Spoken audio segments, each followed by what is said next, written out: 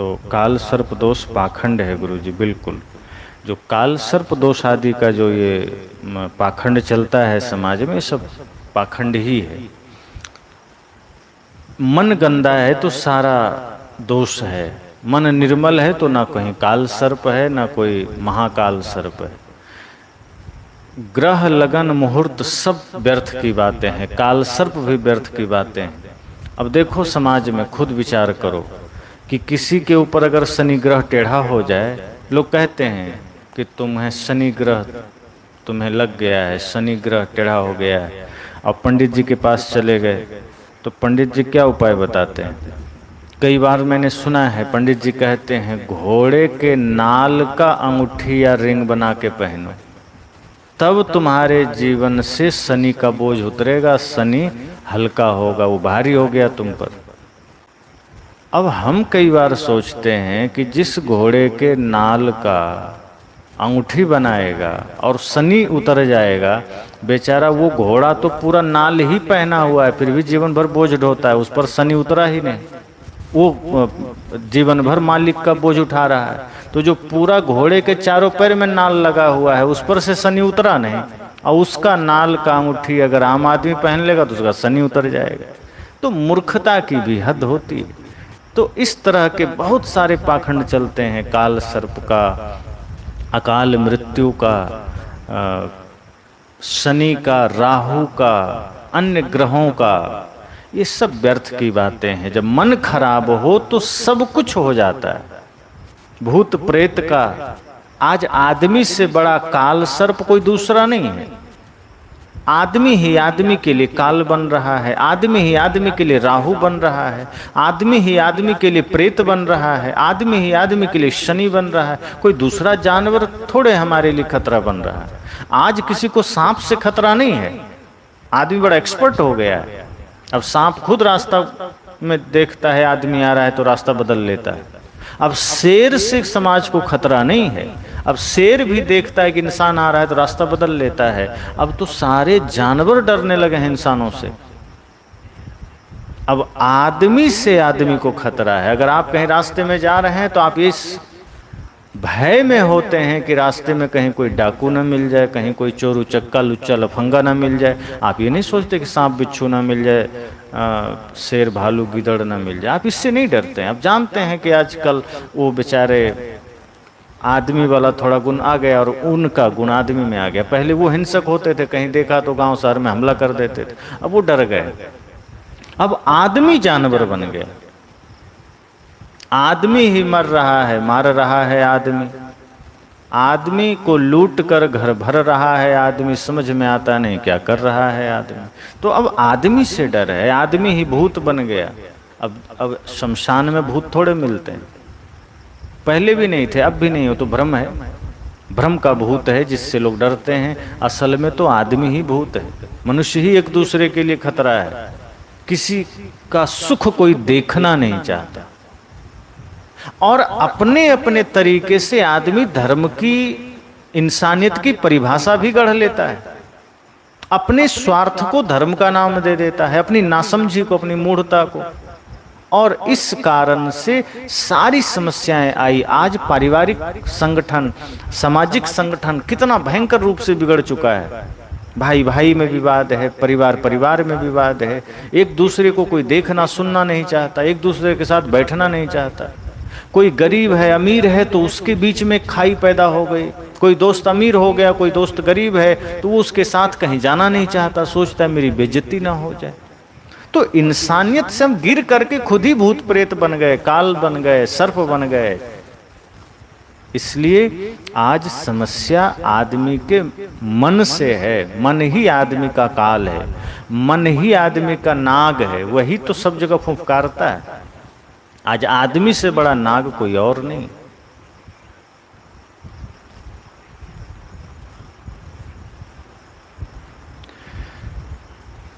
जो लोग डोरा धागा बांध लेते हैं उससे क्या होता है? कुछ नहीं होता है, लोग शौक से बांधते हैं। डोरा धागा से कुछ नहीं होता, ये प्रतीक है। कई लोग हाथ में कच्चा धागा बांध लेते हैं, कलावा, तो एक प्रतीक है कि चलो भाई आदमी धार्मिक है, इससे ज़्यादा कुछ नहीं। जैसे कि गले में माला ही पहनते, तो माला कुछ करता थोड़े है, होता थोड़े है। अब कोई शराब पीना चाहे और गले में माला डाला हुआ है और वो शराब का प्याला मुंह में लेगा, तो माला उतर कर प्याला फेंक थोड़े देगी या खुद उतर थोड़े जाएगी। ये एक प्रतीक है, एक भाव है कि हम पहनते हैं। जैसे माताएं मंगलसूत्र पहनती हैं, तो वो एक भाव है कि पति है तो उनके नाम का हमने पहन लिया। इसी तरह गुरु ने कुछ माला दिया, दीक्षा दिया, तो उनके नाम का हमने, उनके आशीर्वाद स्वरूप, ज्ञान स्वरूप, सत्य अहिंसा का प्रतीक हमने माला धारण कर लिया। इसी तरह से लोग शौक से एक धर्म का प्रतीक रूप में कच्चा धागा कलावा कलाई में बांध लेते हैं, उससे कुछ नहीं होता। और कुछ लोग कमर में बांध लेते हैं, बाजू में बांध लेते हैं, बाह में ताबीज आदि कर, वो सब भ्रम है, उससे कुछ नहीं होता, पाखंड है। तो धागा होगा बांधने से कुछ नहीं होता, लोग ऐसे ही बांध लेते। अब देखो अंगूठी लोग पहन लेते हैं सभी उंगलियों में, अंगुलियों में कभी अंगूठी नहीं पहननी चाहिए, अंगूठी पहनने से कुछ नहीं होता। उंगलियों को तो सदैव साफ रखना चाहिए, नाखून छोटे छोटे हों, उंगलियां साफ हो। अंगूठी पहनने से कभी भी उंगलियां साफ नहीं होती, गंदगी जमी रहती है, फिर आप जो भोजन करते हैं वो शुद्ध नहीं हो सकता। तो शुद्धता का ध्यान रखना है, तो ये सारी चीज़ें नहीं करना। हाथ में कलावा बांध लिए कोई हर्ज नहीं, उससे दिक्कत नहीं है, बांध लियो, प्रतीक है बस। लेकिन उंगलियों को फ्री रखना है तो लोग पहन लेते हैं शौक में। पूरे भारत में कितने प्रतिशत पाखंडी हैं? पाखंड है। अब जिस हिसाब से संसार में चारों ओर भ्रम पाखंड का पसारा है, 99% पाखंड है। क्योंकि जहाँ सदगुरु कबीर जैसे संत को मानने वाले लोग हैं, या संत रैदास को, बुद्ध को मानने वाले, महावीर को मानने वाले, आज वहाँ भी पाखंड घुसाया है, तो और की क्या बात करें। फिर जिनका जन्म ही पाखंड से हुआ है वहाँ तो पाखंड रहेगा ही। लेकिन जिन्होंने पाखंड के विरोध में ही अपनी यात्राएं शुरू की थी, वहाँ पाखंड घुसाया है। तो पाखंड का बोलबाला है। कोई भी मंदिर आप चले जाएं, जहाँ चाहे भगवान बुद्ध ने कहा हो कि मंदिर में जाने से कुछ नहीं होगा, पत्थर की मूर्ति की पूजा करने से कुछ नहीं होगा।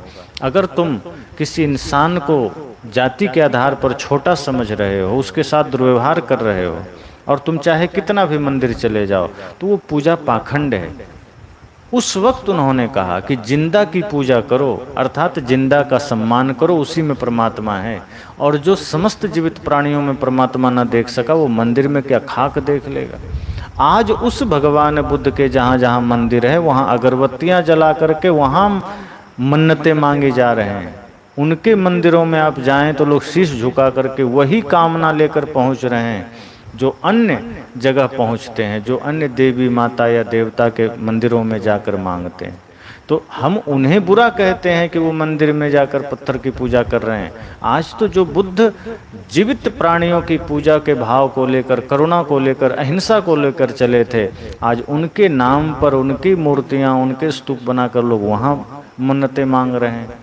कबीर साहब के नाम पर वहाँ जाकर के लोग सिर झुकाकर उनसे सुख समृद्धि की कामना कर रहे हैं। उनके बताए मार्ग पर चलने को राजी नहीं है। हम सोचते हैं वो चल लिए, हमें क्यों चलना, हम तो उनका नाम जप करके पार हो जाएंगे, हम तो उनका नाम जप करके कल्याण कर लेंगे। तो ये सारी मूर्खताएं चल रही है।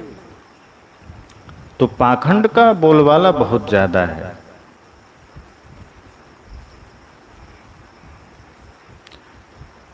बहुत बहुत धन्यवाद आप सभी को। साहेब बंदगी, बहुत सभी लोगों की साहेब बंदगी आ रहे हैं, सबने साहेब बंदगी भेजा है, तो सभी को मेरी ओर से साहेब बंदगी।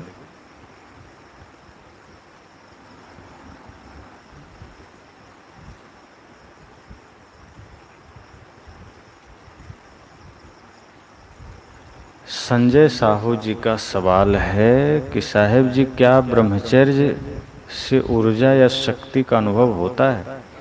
ब्रह्मचर्य का अर्थ क्या है? ब्रह्म मतलब श्रेष्ठ, चर्य मतलब आचरण, जो श्रेष्ठ आचरण है। अब कोई स्त्री से तो दूर है लेकिन आचरण से भ्रष्ट है, अर्थात क्रोधी है, लोभी है, लालची है, और जबरदस्ती ब्रह्मचर्य रोक रखा है, तो फिर कोई अनुभूति नहीं होगी, फिर उसकी विकृति बनी रहेगी। लेकिन वास्तव में अगर ब्रह्म जैसी चर्या हो गई है, श्रेष्ठ आचरण हो गया है, और कई बार हम क्या करते हैं कि कोई अगर सिर्फ काम में लिप्त है तो उसे हम चरित्रहीन कह देते हैं कि वो तो कामी है। लेकिन ये जान लो, काम, क्रोध, लोभ, मोह, अहंकार, इन 5 में से एक भी विकार है तो वो चरित्रहीन कहलाएगा। ऐसा नहीं है कि सिर्फ काम है तो चरित्रहीन होगा। अगर क्रोध है तब भी व्यक्ति चरित्रहीन होगा, लोभ है तब भी व्यक्ति चरित्रहीन होगा, अहंकार है, मोह है, तब भी व्यक्ति चरित्रहीन होगा। तो इन समस्त विकारों से जब व्यक्ति मुक्त होता है, आज लोगों ने ये मान लिया कि कोई स्त्री से दूर है तो ब्रह्मचारी है। नहीं, स्त्री से दूर तो वो हो सकता है, पर मन में संसार समाया हुआ है, मन में विकार समाया हुआ है, और जब मन में विकार समाया है तो वो व्यक्ति विकृत हो जाता है, फिर वो ब्रह्मचर्य का आनंद नहीं ले पाता। ब्रह्मचर्य का जो ऊर्जा है, ब्रह्मचर्य की जो ऊर्जा है, उसकी जो शक्ति है, उसका अनुभव तब हम लेते हैं जब मनसा वाचा कर्मणा पूर्ण निर्मल होते हैं, निर्विकार निर्विचार होते हैं। तो समस्त रूपों से जब हमारी चर्या ब्रह्म जैसी हो जाती है, तब उस ऊर्जा का अनुभव हम लेते हैं।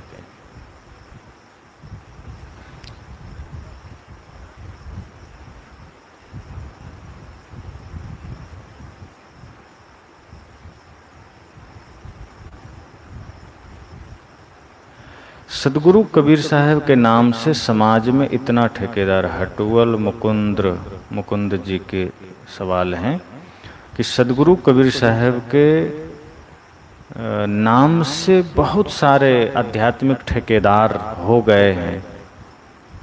स्वाभाविक है, कोई भी महापुरुष इस धरती पर आते हैं तो उनसे लाखों करोड़ों लोग जुड़ जाते हैं, और उसमें कुछ लोग उनके नाम पर सिर्फ भ्रम फैलाते हैं, पाखंड का सहारा लेते हैं। कोई कहते हैं मैं तो उन्हीं का अवतार हूँ, कोई कहते हैं मुझे ही उनका ज्ञान मिला है, मैं ही अधिकृत हूँ, मुझे ही ये प्रमाण मिला है कि मैं ही उनका मार्ग सबको दिखा सकूं।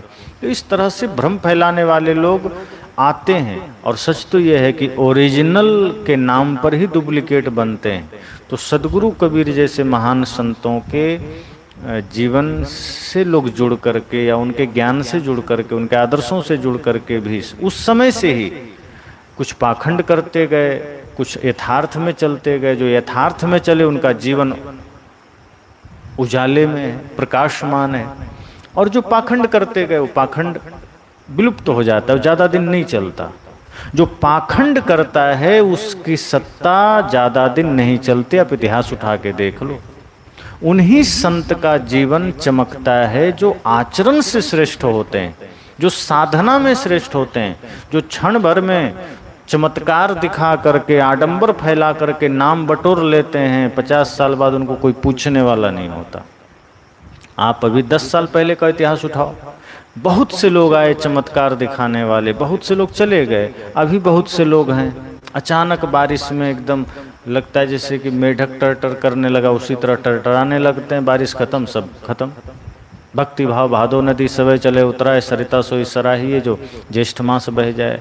तो जैसे भादों में सभी नदियां उफान मारने लगती है, छोटे छोटे गड्ढे भी भर जाते हैं, लेकिन धीरे धीरे सब विराम हो जाता है। तो सदगुरु कबीर के नाम पर भी बहुत से पाखंड चले, बहुत से लोग ठेकेदार बने, बन रहे हैं, बनते रहेंगे, लेकिन उनमें से हमें यथार्थ को चुनना है जो सही मार्ग दिखाए। और ईमानदार गुरु कभी चमत्कार की बात नहीं करेगा, वो कभी पाखंड का सहारा नहीं लेगा, ये समझना। जो गुरु ईमानदार होगा वो आडंबर से आपको बचाएगा, खुद तो बचा ही है। वो कभी भी चमत्कार का सहारा लेकर अपनी बातें नहीं रखेगा कि आप प्रभावित हो जाओ और उनका शिष्य बन जाओ। और वो शिष्य भी नहीं बनाएगा, वो सहयात्री बनाते हैं, वो साथी बनाते हैं कि आप कल्याण मार्ग का, भक्ति मार्ग का साथी बनिए। तो जो सच्चे संत हैं वो हमें जागृत करते हैं, होश में लाते हैं। उमेश कुमार जी, सत साहेब जी, कबीर इज गॉड। कबीर ही नहीं, आप भी गॉड हैं। कबीर साहब तो कहते हैं, हो हुजूर ठाड़ कहत हूँ अब ते संभर सवार, कि तुम भी स्वामी हो, सब घट मेरो साइया सुनी सेज न कोई। तो सदगुरु कबीर तो सबको परमात्मा देखना चाहते हैं, सबके भीतर परमात्मा होने का सामर्थ्य है। सदगुरु कबीर ने अपने भीतर के परमात्मा को जगा लिया, हम सब जगा नहीं पा रहे। जैसे सभी बीज में वृक्ष होने की संभावना है, इसी तरह हर नर में नारायण की संभावना है, हर पुरुष में परमात्मा होने की संभावना है। तो सदगुरु कबीर तो हम सबको भी परमात्मा ही देखना चाहते हैं।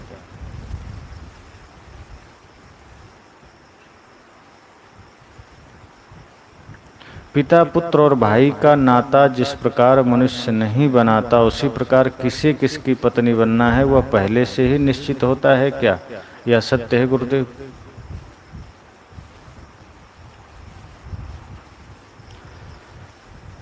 निर्धारित सिर्फ हमारे द्वारा किए गए कर्म के फल होते हैं।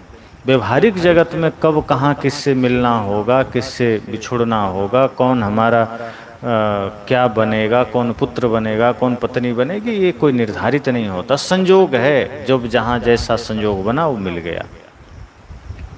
हाँ, जो खून के रिश्ते कुछ होते हैं, कभी कभार ऐसा होता है कि कुछ कर्म के अनुसार हमारा कुछ ऐसा होता है, पूर्व का कुछ बचा रह गया, कुछ चीज़ें, तो या तो वो लेनदार बनकर आ जाता है या देनदार बनकर आ जाता है, कभी पुत्र बनकर कभी पत्नी बनकर। तो ये संयोग की ही बात है कि जो पूर्व के कुछ निर्धारित हैं उस अनुसार से मिलते हैं।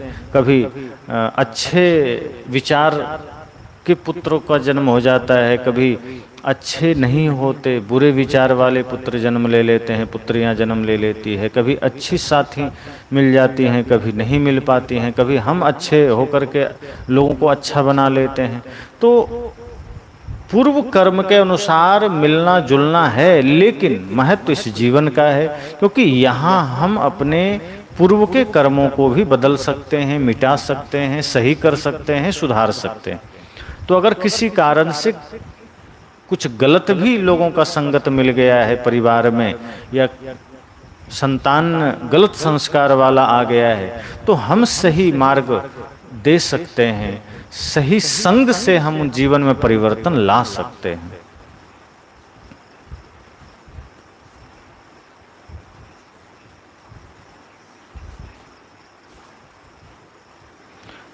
किसके शरीर में देवी माता नहीं आती? ट्रिक मनोरंजन जी का पुनः एक सवाल है।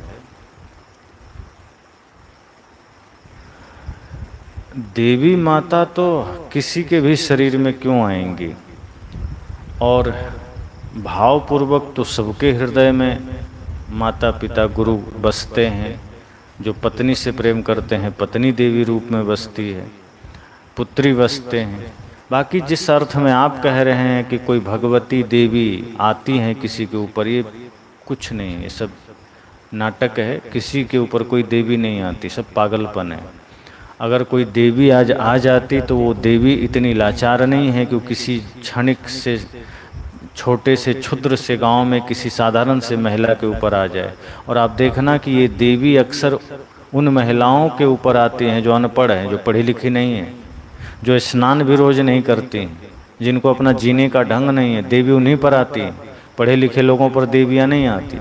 लक्ष्मीबाई पर देवी नहीं आई थी, आना था तो उन पर आ जाती, अंग्रेजों को मार करके छक्के छुड़ा देती, भारत को गुलाम ही ना होने देती। तो देवी का भी तो मामला समझ में नहीं आता, कहाँ कहाँ गांव घर में पता नहीं किन के पास आ रही है। जिनको जीने का ढंग पता नहीं उनके ऊपर देवी आ रही हैं, और कर क्या रही हैं? बचकानी हरकत, मजाक। इतनी बड़ी जगत जननी कोई भगवती देवी आ जाए तो जगत का कल्याण हो जाना चाहिए, कम से कम भारत का तो हो ही जाना चाहिए, और कम से कम उसका तो हो जाए, उसके घर का हो जाए।